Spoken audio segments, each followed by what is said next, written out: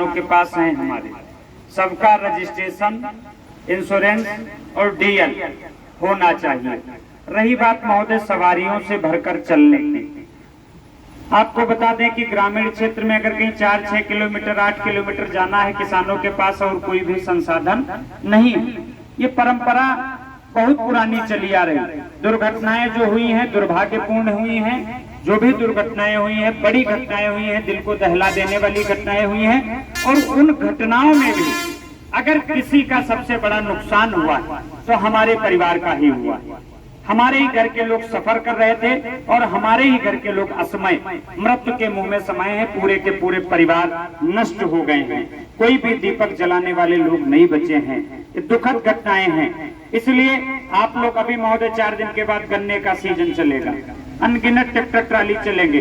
हर tractor trolley पर 4-6 लोगों को जाना मजबूरी है। खेत में लेबर लेकर के हम लोगों की कुछ मजबूरियां, हम भी नहीं चाहते हैं कि हमारे घर की माताएं बहनें ट्रैक्टर पर बैठे, हम भी चाहते हैं बुलेरो मिले, लेकिन महोदय हमारा बजट ही नहीं इतना अलाउ करता है कि हम इनको अच्छी सुविधा दे सकें और इनको जर्जर सड़कों से।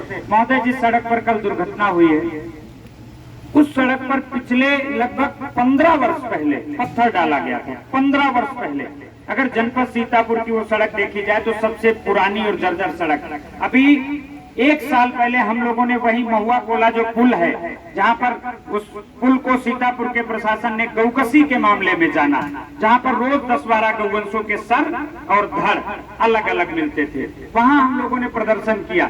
उस पर भी गौकसी पर भी अंकुश लगा और उसके बाद में वो किसकी नजर पड़ गई कि उस सड़क का निर्माण कार्य शुरू किया गया।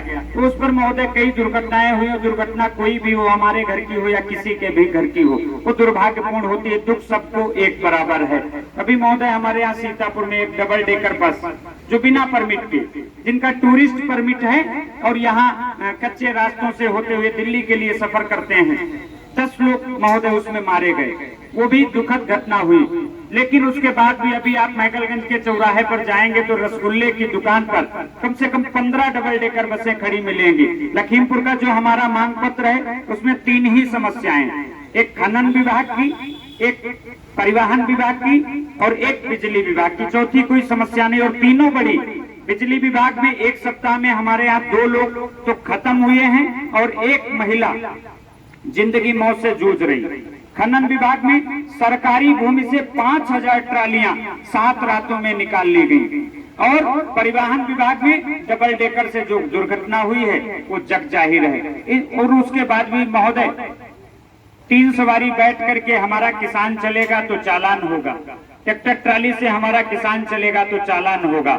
अगर यातायात नियम और कानून एक है तो फिर डबल डेकर बस, ओवरलोड गन्ने के truck, over height truck, overload मौरंग गिट्टी के सब पर एक समान कानून होना चाहिए, सबके ऊपर कार्रवाई होनी चाहिए। लेकिन घीच साहब सबसे पतली हमारी है, इसलिए